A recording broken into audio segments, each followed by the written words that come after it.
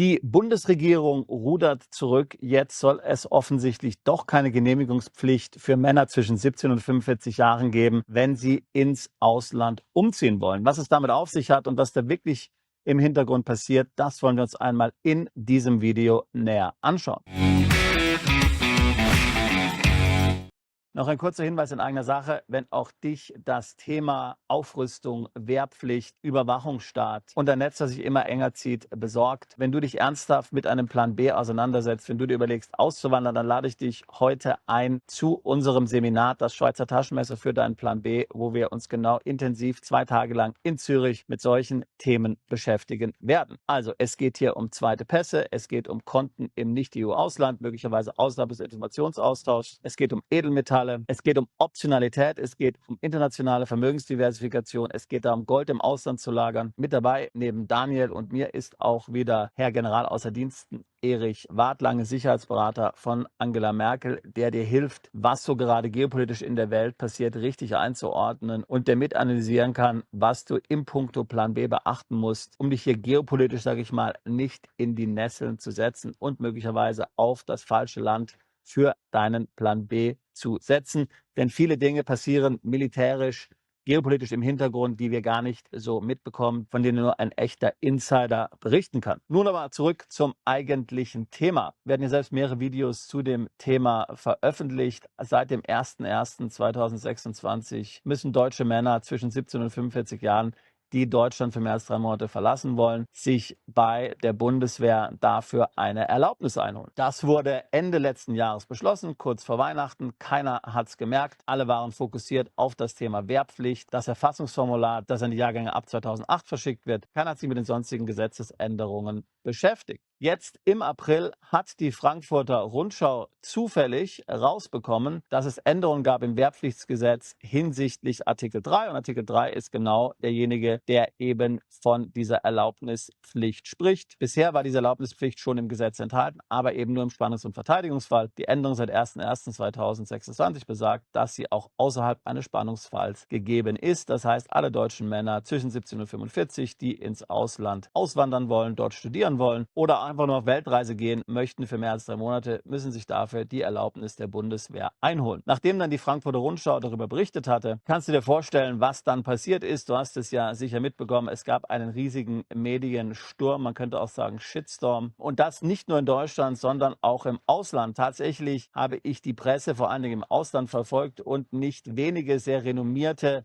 Publikationen, Tagesanzeigungen waren sehr schockiert über diese Regelung, die dort in Deutschland so klammheimlich mit eingeführt wurde. Denn so etwas, das glaube mir, das gibt es in praktisch keinem anderen Land. Wenn man sich größere, wichtige Länder anschaut, dann gibt es das sogar momentan gerade nur in Russland und in der Ukraine. Also Länder, die sich in einem Krieg befinden, wo ja das Szenario Spannungs- und Verteidigungsfall tatsächlich gegeben ist. Das heißt also, auch der Schock im Ausland war ziemlich groß, wie Deutschland ein so antidemokratisches, antifreiheitliches Gesetz überhaupt nur vorschlagen, geschweige denn tatsächlich implementieren konnte und dann noch implementieren konnte, ohne dass es dort eine wirkliche öffentliche Diskussion gab oder auch, dass es irgendjemand gemerkt hätte. Ehrlich gesagt, mir war das auch neu, dass das dort im Gesetz drinsteht, denn normalerweise werden so wichtige Gesetzesänderungen ja angekündigt, aber das ist so klammheimlich dem Bürger einfach untergeschoben worden. Es wundert mich, wie Abgeordnete das mit ihrem Gewissen verantworten können, dort dann einfach dafür zu wählen, ohne die Bürger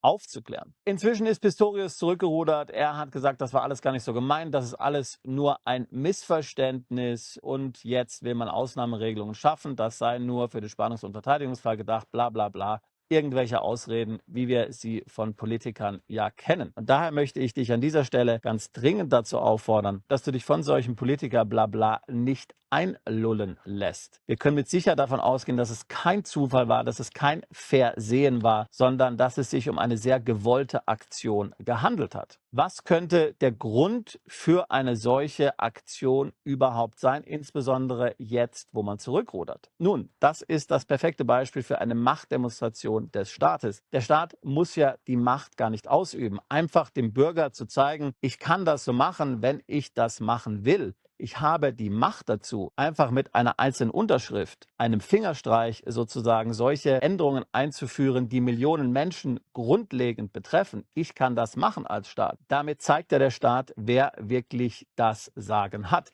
Das kannst du jetzt Einschüchterung nennen oder nicht, aber es ist auf jeden Fall eine Machtdemonstration. Ein weiterer Grund könnte sein, dass das Ganze einfach ein Testballon ist. Wir machen das jetzt einfach mal und schauen, was passiert.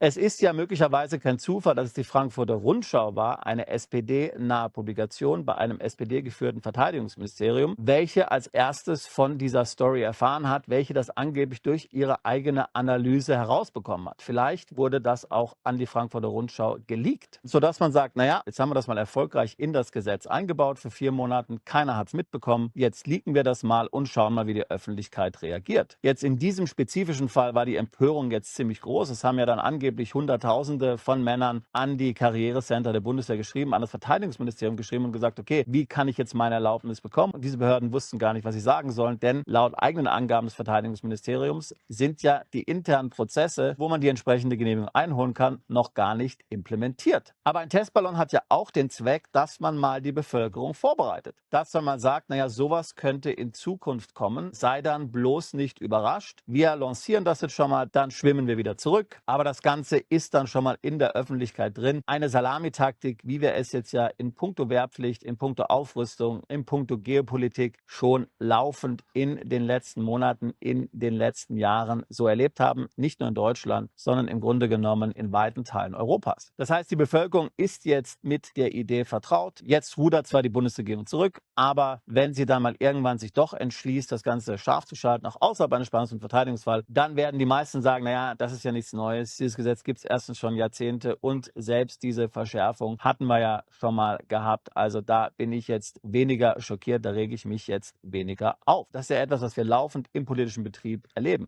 Nicht nur in Deutschland. Denkt zum Beispiel mal an die ganze Diskussion um das EU-Vermögensregister. Dort wurde groß angekündigt vom EU-Parlament, dass es jetzt ein Vermögensregister geben soll. Dann ist man diesbezüglich auch wieder zurückgerudert von offizieller Stelle mit irgendwelchen fadenscheinigen Entschuldigungen. Zum Beispiel, es sei zu kompliziert, das zu implementieren. Ich würde sagen, dass es dort um genau das gleiche Prinzip geht. Erstens die Bevölkerung einschüchtern, zweitens das Ganze schon mal lancieren und dann zurückrudern. Und der eigentliche Effekt ist ja dann folgender. Man ist dann so erleichtert, dass diese krasse Maßnahme, dieses krasse Gesetz nicht so implementiert wurde, dass man dann viel einfacher bereit ist, den Frosch zu schlucken, den einem die Regierenden tatsächlich vorgesetzt haben. Das ist so ja ein bisschen auch die Trump-Taktik. Also zu sagen, ich mache jetzt irgendwelche völlig verrückten, absurden Forderungen, 30% Zölle, 50% Zölle und dann hinterher sind alle froh, wenn man nur 15% oder 20% Zölle bezahlen muss. Also völlig überzogene Forderungen, Ankündigungen machen, dann zurückrudern und dann hoffen, dass die Betroffenen, nämlich die Bevölkerung, sagt, naja, Gott sei Dank sind wir ja noch mal glimpflich davongekommen. Und das sehen wir jetzt ja ganz konkret hier auch in dieser Debatte um diese Erlaubnispflicht. Alle sind jetzt froh, dass man jetzt doch nicht um Erlaubnis fragen muss, wenn man auswandert, wenn man im Ausland studiert, wenn man eine Weltreise macht, dass man jetzt die anderen Maßnahmen wie eine mögliche Wehrpflicht oder eben auch diese Erlaubnispflicht im Falle eines Spannungs- und Verteidigungsfalles oder auch die Tatsache, dass die Regierung überhaupt in der Lage ist, solche Gesetze zu verabschieden, zu installieren, gar nicht mehr so schlimm ist. Ich habe gerade eben das Beispiel des Vermögensregisters gebracht. Dort war es ganz genauso. Alle waren erleichtert, dass das Vermögensregister nicht kommt. Also kann man die ganzen Maßnahmen rund um die AMLA, rund um die sogenannte Geldwäschereibekämpfung, Antiterrorismusbekämpfung, Bargeldbegrenzung, Bargeldabschaffung und so weiter und so fort, die ganzen Maßnahmen, die ja dann doch tatsächlich eingeführt wurden. Das Vermögensregister war ja letztlich das Einzige, was dann nicht so gekommen ist, aber eine große Anzahl von anderen Maßnahmen sind tatsächlich gekommen. Aber dort konnten dann alle sagen, naja, okay, was jetzt gekommen ist, ist nicht wirklich so schlimm, denn es gibt ja kein Vermögensregister. So, also das ist das Playbook der modernen Politik. Da geht es um Manipulation oder wie unser Freund Peter aus der Schweiz immer sagt, das sind Taschenspielertricks und es ist ganz wichtig, dass du darauf nicht hereinfällst. Meiner Meinung nach ist es eben ganz klar so, dass diese Aktion rund um die Genehmigungspflicht bei Auslandsaufenthalten rund um 3 Monaten konzertiert war, sehr genau geplant war, so durchgeführt wurde, wie man das von Anfang an sich vorgestellt hat. Dass jetzt alle sagen, naja, der Bundesverteidigungsminister, die Bundesregierung, sie sind ja eigentlich doch vernünftig, sie sind jetzt zurückgerudert, diese Genehmigungspflicht für Auslandsaufenthalte kommt jetzt doch nicht. Da kann man die anderen Maßnahmen rund um das Thema Verteidigung, Wehrpflicht, Aufrüstung ja mal so akzeptieren. Wir sind in guten Händen, unsere Politiker sind rational, verhältnismäßig, wir müssen uns keine Sorgen machen.